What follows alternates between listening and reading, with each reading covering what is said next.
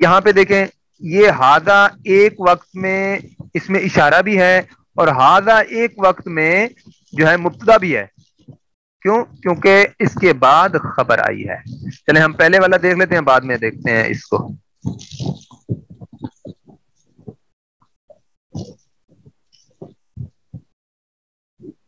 جی بالکل پھر مبتدا بن جائے گا کیونکہ اس وقت وہ جملے کی شرائط پوری ہو جاتی ہیں. جملے کی شرائط کیا ہے کہ مبتدا عموماً معرفہ اور خبر عموماً نکرہ.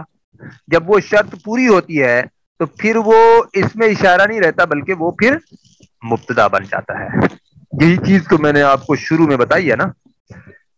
اب دیکھیں ہاذا الرجل یہاں پہ بات مکمل ہے کہ ایک مرکب بن رہا ہے مرکب ناقص. اس میں اشارہ بھی معرفہ مشار الیہ بھی معرفہ تو ہم اس کو خبر نہیں بنا سکیں گے. اب ہم کیا کہیں گے ہاذا الرجل یہ مرد. کون سا مرد؟ اس کی آگے صفت بھی آئی ہے ہاذا الرجل الصادق یہ سچا مرد. اب دیکھیں الصادق اس کی صفت ہے اور الرجل مشار الیہ ہے. یہ ایک پورا کا پورا اس طرح کی کیفیت ہے. اب آپ نیچے دیکھیں ہاذا الرجل صادق. صادق اب اس کی خبر بن کر آئی ہے. آپ دیکھیں نا اس کے شروع میں ال نہیں اور یہ نکرہ ہے اور مفرد ہے. پیچھے کسی کے ساتھ میچ بھی نہیں ہو رہی. دیکھیں نا ہاذا کے ساتھ میچ ہو رہی ہوتی تو پھر ہم کہتے ہاذا کی صفت ہے اور اگر الرجل کے ساتھ میچ ہو رہی ہوتی تو ہم کہتے اس کی صفت ہے. اور اس کے ساتھ میچ نہیں ہو رہی. تین پہلو میچ ہو رہے ہیں چوتھا پہلو میچ نہیں ہو رہا. چوتھا پہلو کیا ہے؟ وسعت کے اعتبار سے ہاذا جو ہے مبتدا عموماً معرفہ یعنی ہاذا معرفہ اور صادقن جو اس کی خبر بن رہی ہے وہ کیا ہے؟ نکرہ ہے. جب مبتدا نکرہ اور خبر اپنا مبتدا معرفہ اور خبر نکرہ آئے گی تو پھر بالکل وہ جملے کی شرط پوری ہوتی ہے. اس وجہ سے یہ اسم اشارہ یہ ایک وہ اسم ہے جو مبتدا بن رہا ہے جس کو اس میں اشارہ کہتے ہیں. اچھا یہ کا مفہوم پھر بھی دے گا. اب دیکھیے گا ہاذا الرجل یہ آدمی. کون سا آدمی؟ آگے اس کی خبر کے طور پر بات آئی ہے یہ آدمی یعنی بات مکمل ہو رہی ہے ہاذا الرجل یہ آدمی صادق سچا ہے. ٹھیک ہو گیا. اب دیکھیں ایک اور بہت اہم پوائنٹ ہے اور بہت اہم پوائنٹ یہ ہے تلکل کتب. تلکل کتب تلکا کیا ہے؟ دور کا اشارہ ہے اور واحد مؤنث ہے اور الکتب کیا ہے؟ غیر عاقل کی جمع مکسر ہے. مشار الیہ قاعدہ یہ نوٹ کر لیں مشار الیہ اگر غیر عاقل کی جمع مکسر ہو تو اس کا جو اس میں اشارہ شروع میں آئے گا وہ واحد مؤنث آئے گا. الکتب کیا ہے؟ جمع ہے اور کون سی جمع ہے؟ جمع مکسر ہے. اس وجہ سے جو اس میں اشارہ ہے واحد مؤنث آیا ہے. اچھا اس میں اشارہ قریب کا بھی ہو سکتا ہے. یہ تو دور کا ہے نا. دل کا کہتے ہیں وہ ایک مؤنث. ٹھیک ہے تو یہ دور کا ہے. ہم یہ بھی کہہ سکتے ہیں ہذه الکتب یعنی یہ کتابیں اور تلکا کا مطلب تلکل کتب وہ کتابیں اور تلکا واحد کا اشارہ ہے اور مؤنث کا اشارہ ہے. کیوں واحد کا آیا ہے اور کیوں مؤنث کا آیا ہے؟ کیونکہ اس کے بعد والا جو اسم ہے جو مشار الیہ بن رہا ہے وہ غیر عاقل کی جمع مکسر ہے. اچھا آج ہم تھوڑی سی 5 منٹ آگے اور لے لیں گے. مطلب 10 منٹ پر ہماری کلاس مکمل ہوتی ہے نا تو اس کے بعد ہم 2-3 منٹ ہم اور بھی لے لیں گے کیونکہ ہماری کلاس آج لیٹ شروع ہوئی تھی. تو اس کے بعد ویسے ہماری کلاس خود بخود کیونکہ بند ہو جاتی ہے تو ہم دعا کا تھوڑا سا ٹائم رکھ لیتے ہوتے ہیں. اچھا جی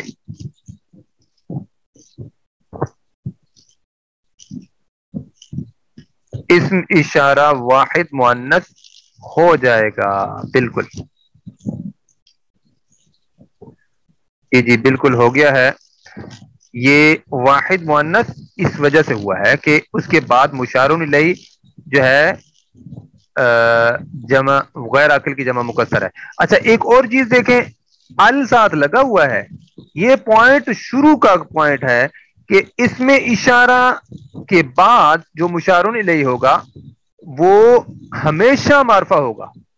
اگر مرکب اشاری بنانا ہے تو اس کے بعد والا جو یعنی اس میں اشارہ کے بعد میں آنے والا جو اسم ہوگا وہ ہر صورت میں جو ہے معرفہ ہی آئے گا. معرفہ نہیں ہوگا تو وہ پھر ہم مرکب تو جملہ تو کہہ سکتے ہیں لیکن اس کو ہم یہ نہیں کہہ سکتے کہ وہ کیا کہتے ہیں مرکب اشاری ہے. اچھا جی اب ہم آگے چلتے ہیں. اب بہت اہم پوائنٹس آ رہے ہیں ان کو غور کریں اور بس پھر ہماری تقریباً کلاس یہیں پہ مکمل ہو جائے گی. دیکھیں اگر اس میں اشارہ مرکب اضافی کی اب بات ہو رہی ہے, مرکب اضافی کے ساتھ جو ہے اس میں اشارہ استعمال ہو رہا ہے, غور کیجئے گا. اگر اس میں اشارہ مرکب اضافی کے آخر میں آ جائے تو اس کا اشارہ مضاف کی طرف ہوتا ہے, اور مضاف جو ہے ایک قسم کا ایسے سمجھیں کیا ہوگا, اس کا اشارہ مضاف کی طرف آئے گا. کتاب الولدی ہادا, ٹھیک ہے, ترجمہ کیا ہوگا, لڑکے کی یہ کتاب. اچھا اب کیا ہے, اس میں اشارہ اگر درمیان میں آ جائے تو پھر اشارہ مضاف الیہ کی طرف ہوگا, جیسے کتاب ھذا الولدی. اب ترجمہ کیا ہوگا, اس لڑکے کی کتاب, اس لڑکے کی کتاب. اسی طرح اگر اس میں اشارہ شروع میں آ جائے تو آپ کو پتا ہے وہ تو مبتدا بن جاتا ہے. اچھا ایک بات پوائنٹ ذہن میں رکھ لیں ہمیشہ کے لیے, اگر مرکب اضافی سے پہلے آ جائے اس میں اشارہ تو پھر وہ مبتدا ہی بنتا ہے, یعنی ایسی صورت میں ہم اس کو مرکب تام بنائیں گے. ٹھیک ہے, اس میں اشارہ اگر شروع میں آ جائے تو وہ پھر مبتدا بن کر آتا ہے. کس کے شروع میں آ جائے, مرکب اضافی کے شروع میں. اب مرکب اضافی معرفہ ہو یا نکرہ ہو, دیکھیں یہاں پہ کتاب معرفہ بن رہی ہے کیونکہ کتاب الولدی جو اس کا مضاف الیہ ہے وہ معرفہ ہے. اب کتاب معرفہ بن رہی ہے لیکن ہم یہاں پہ اس کو مضاف الیہ نہیں کہیں گے, اور اس کو نہیں اپنا مشار الیہ نہیں کہیں گے, اور اس کو اس میں اشارہ نہیں کہیں گے, بلکہ جب یہ مرکب اضافی سے پہلے اس میں اشارہ آئے گا تو بس وہ سیدھا سیدھا مبتدا بنے گا, چاہے اس کے بعد میں آنے والا اسم معرفہ ہو یا نکرہ ہو. ٹھیک ہے جی, اب سنیں ھذا کتاب الولدی, اب یہ اس میں اشارہ نہیں ہے, اس وقت یہ مبتدا ہے. ھذا کتاب الولدی, یہ لڑکے کی کتاب ہے. اب یہ بعد میں آنے والا جو پورا کا پورا مرکب ہے یہ ایک باقاعدہ خبر کے طور پر آیا ہے. اچھا جی آج جو ہے ہماری یہاں پہ لائٹ پھر چلی گئی ہے, تو میرے خیال میں ہمارا ٹاپک بھی تقریباً کمپلیٹ ہونے لگا ہے. آگے انہی کی مثالیں ہیں, یہ ہم انشاءاللہ نہیں بلکہ ماشاءاللہ لائٹ تو آ گئی ہے, بس ٹائم تو ہمارے پاس ویسے تقریباً مکمل ہونے لگا ہے. میں آپ کو بلکہ ہاں بس کل ہم انشاءاللہ اس سے آگے چلیں گے تاکہ تھوڑا سا اور کھول کے اس کو سمجھ سکیں. اسی کو ہم کل پھر ایک دفعہ پھر بھی دہرائیں گے انشاءاللہ. آج ہم یہیں پہ اختتام کرتے ہیں, اس امید کے ساتھ کہ اللہ رب العزت ضرور ہمیں اس میں شرح صدر عطا کریں گے. آپ لوگوں کا کام یہ ہے کہ جو آج کا ہم نے سبق پڑھا ہے نا, 2-3 سلائیڈز ہیں, ان کو اچھے طریقے سے ایک دفعہ دیکھ لیجئے گا. دیکھنے کے بعد کوئی چیز سمجھ نہ آئے تو واٹس ایپ پہ مجھے جو ہے آڈیو میسج کرنا چاہیں یا ویسے میسج لکھ کے بھیجنا چاہیں تو بھیج دیجیے گا تاکہ میں اس کا پھر آپ کو جواب دے سکوں اور اس کا کلیئر کروا سکوں. تو آج ہم یہیں پہ اختتام کرتے ہیں. سبحانک اللہم وبحمدک نشہد ان لا الہ الا انت نستغفرک ونتوب الیک. السلام علیکم ورحمۃ اللہ وبرکاتہ.